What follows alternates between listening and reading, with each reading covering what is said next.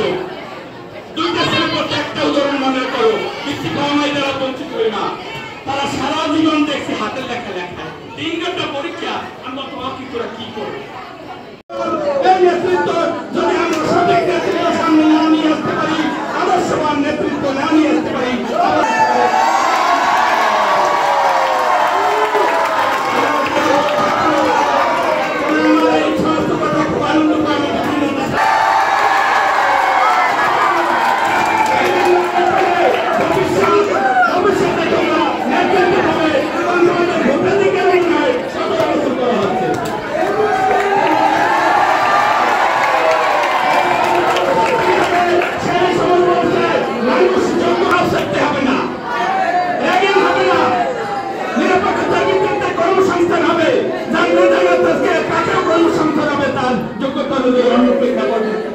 শিক্ষা ক্ষেত্রে না থাক, অন্য ক্ষেত্রে তার যদি মেধা থাকে।